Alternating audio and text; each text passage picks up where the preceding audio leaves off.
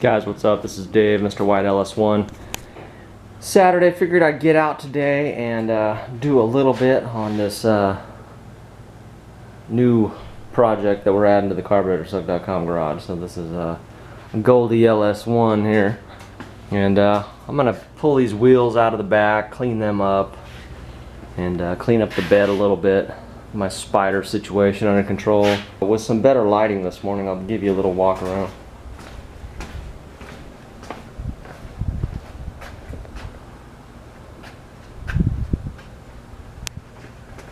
And you can see this side a little better. See how it's really straight. So I figured we'd start the night off by doing a little investigating, see what we got going on here. When I was looking through this, I noticed that there was a cam card in here. Let's see. Does it show anything? Oh, there we go. Is that at 50? Let's see. Okay, let's see. It probably had a set of heads on it, and you know, probably a good carb and an intake. And whenever they were done with it, they took that stuff off. So I talked to the guy that I bought it from. I mean, he bought it exactly how it is right now. So that's what I think happened. I think.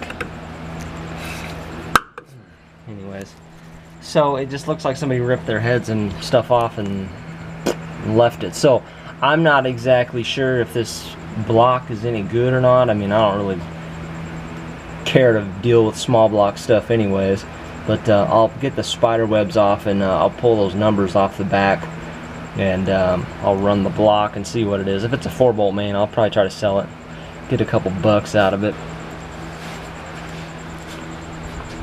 Still got a good radiator in it. I looked at it the other day, it looked okay. Let's see if we can see down in there. I don't know. Looks pretty clean to me. Let's see if I can get some light. Oh, looks pretty clean. I'll roll with that sucker. I mean, it looks pretty new. Anyways, I wish I could find a dipstick for the tranny. I just threw it aside. I don't know, maybe I'll find it in here one day. See a tranny cooler there. So I'm gonna pull the pan on this transmission, see if it's I don't know, see how the fluid looks, see if I see any material on the bottom, and we'll go from there. So there's one number, and I'll go to the back and look and see if I see anything else. I don't think I'll see anything else though, but I don't know, maybe I will. Let's give a thorough looking under here, and see where all the big widows are at. I'm sure that there's some, you know, there's some rust on this truck, like, you know, maybe it was back east or something at some time. I mean, there's a little exterior on the cab, but I mean, there's nothing really inside, which is good. Just more or less surface. Yeah, I got a good deal of webs up there. Get those with the broom.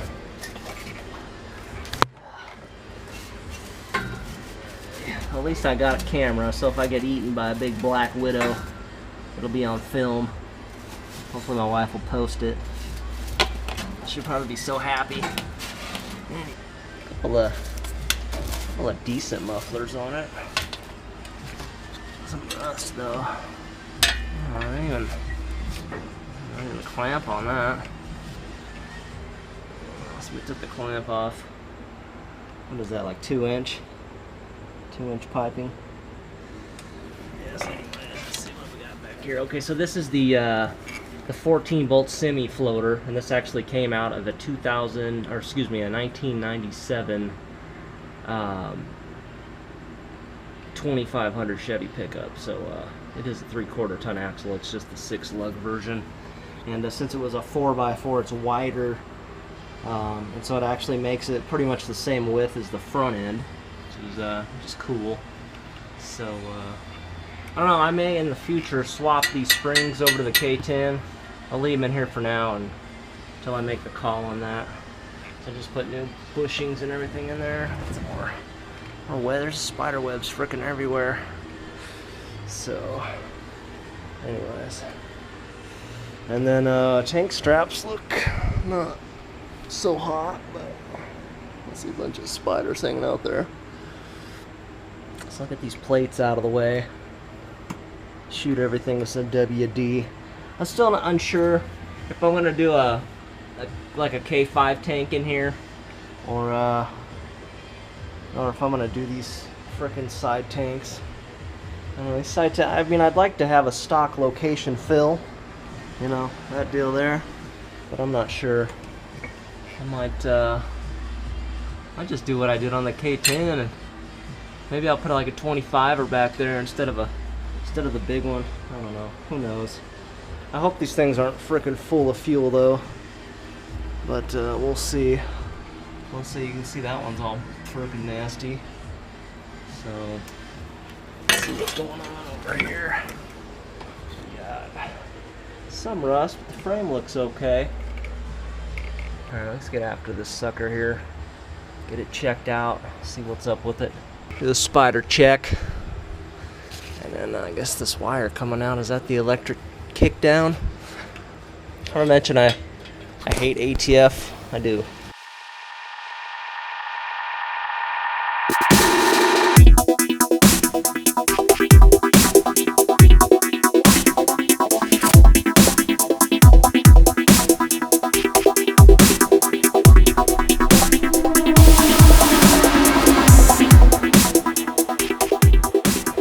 See the fluid when I move it.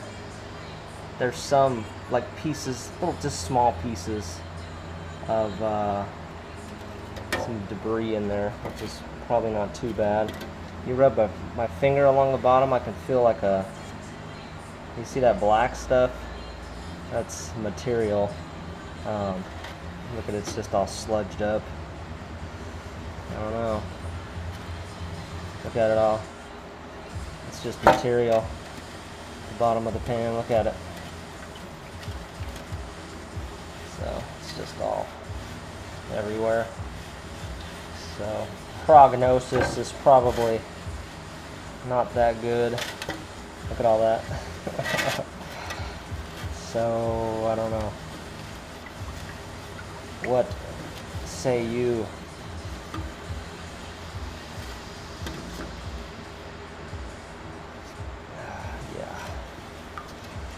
So Kleinbarger, if you're watching this, tell me what you make of this.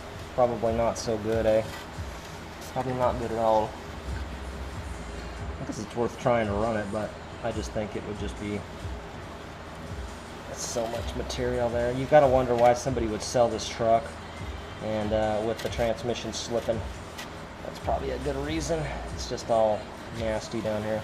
So anyways, that's it. I'm going to dump the rest of this out, and then I'll pop this pan back on, and I'll get the engine pulled, and probably just pull this. I mean, a rebuild kit's pretty cheap for this stuff, and I've been wanting to rebuild one for a while, so I'm still gonna get that other one for the K10, but yeah, that's bad. Anyway, I'm gonna stop playing with it. Alright, some more digging around up here. I was just looking at the pedal, and I guess that is the electric kickdown, I suppose. And then found this frickin' Sun Pro water temp gauge, and I don't know, I'm not sure where that goes. What else is up in here? I don't know, everything else kind of looks stock. This switch for the fuel tanks is hanging down. I don't know what kind of deck that is. Anyways, and that's all kind of busted up. All loose or something back there anyway, so at least I got a whole assembly that if I need to, I guess I could put in here, but I'm thinking like, you know, down the road, vintage air or something. I don't know, I still gotta, now that I looked at the, let's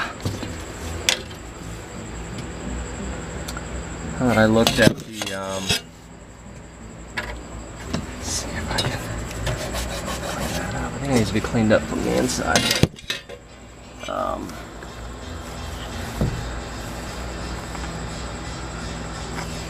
Anyways, now that I know the transmission needs some work, this will probably just sit here and chill for a little while until I get my bench cleared off over here. So once this is cleared off, then I'll bring that 400 and that 203 up here and just go through them. So I'll just save up and get a kit for the training. Tomorrow I've got this new master cylinder I'm going to put on the K10. And like I said, the brakes were feeling kind of mushy before I did the swap, and now they're bad. It's been feeling like it's fading, so I've been kind of like, So I figured, you know, 40 bucks, I might as well just put a new one in. I said I still got to wait to get some parts on here. I'm going to order them off of Summit probably. And I didn't know if I showed you, but that's a little loose. I'm sure the other one's probably the same way. So I'll get that out and check everything, and I don't know, it might be on the bench for a little while. But, you know, projects, that's why we got them. Keep you going, give you something to do. I think really,